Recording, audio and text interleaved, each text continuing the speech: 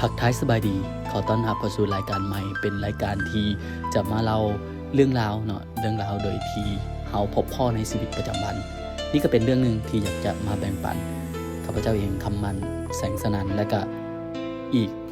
หนึ่งทานคำแสวงเจ้าทักทายสบายดีกันเนาะสมัยมนวัฒนธรรมผู้ชมฟังอยู่ทางบ้านข้าพเจ้าคำแสวงวาสนาสงเนาะเรื่องที่เราจะเล่ากันนี่มันชื่อเรื่องอย่างน้บางมนชื่อเรื่องว่าการเปลี่ยนแปลงเขา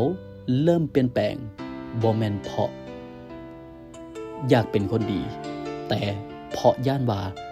จะสูญเสียคนที่หักของเขาไปโดยบ่ฮู้โตตอนอ้ายบ่าวหลงเสียงเพลงในห้านเราที่เคยเก่าใจสบายดีทุกคนมื้อนี้คอยจะพาเจ้าไปฟังเรื่องราวของคนที่เคยหลงทางในความม่วนซื่นแต่กลับพบแสงสว่างจากคำเว้าของคนโตน้อยๆที่สำคัญที่สุดในชีวิตไอ้บ่าวหลงผู้ชายวัยกลางคนที่ไปไผก็รู้จักในฐานะวงเราก้าวผู้หนึ่ง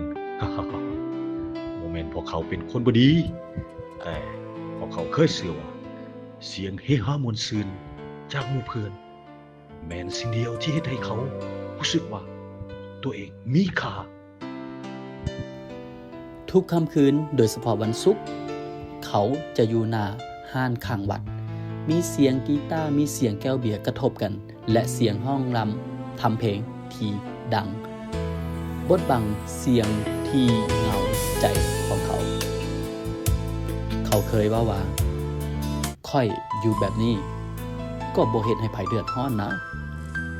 แต่เขาลืมไปว่ามีคนหนึ่งที่คองคอยรอท่าเขากลับบ้านทุกคืนนั่นก็คือลูกสาวอายุ7 ปีที่นั่งแต่งรูปพอ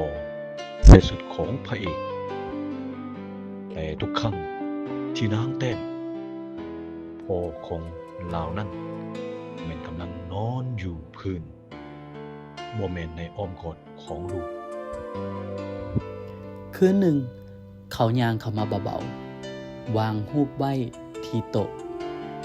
แล้วเว้าค่อยๆว่าพ่อลูก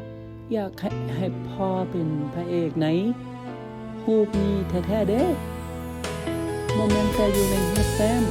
ที่ลูกกำลังแต้มอยู่นี้เขาเริ่มเปลี่ยน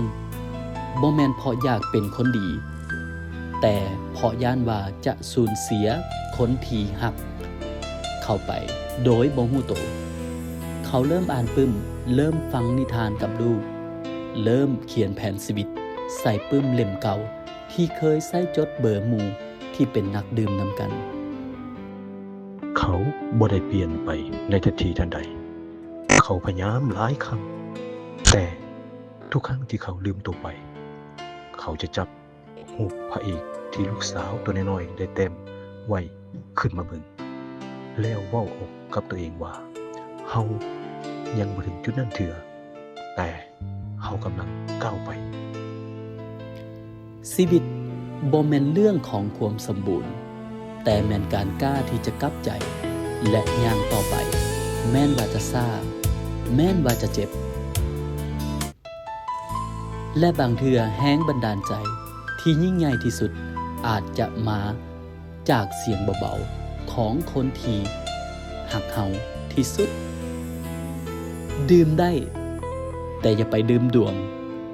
เพราะดวงดีมันสร้างได้ด้วยคำมั่นและคำแสวงขอบใจที่ติดตามคำมั่นและคำแสวงถ้าเจ้าเคยหลงทางจงจือไว้ว่าทุกคนมีสิทธิ์กลับคืนเป็นพระเอกของภัยบางคนได้เสมอ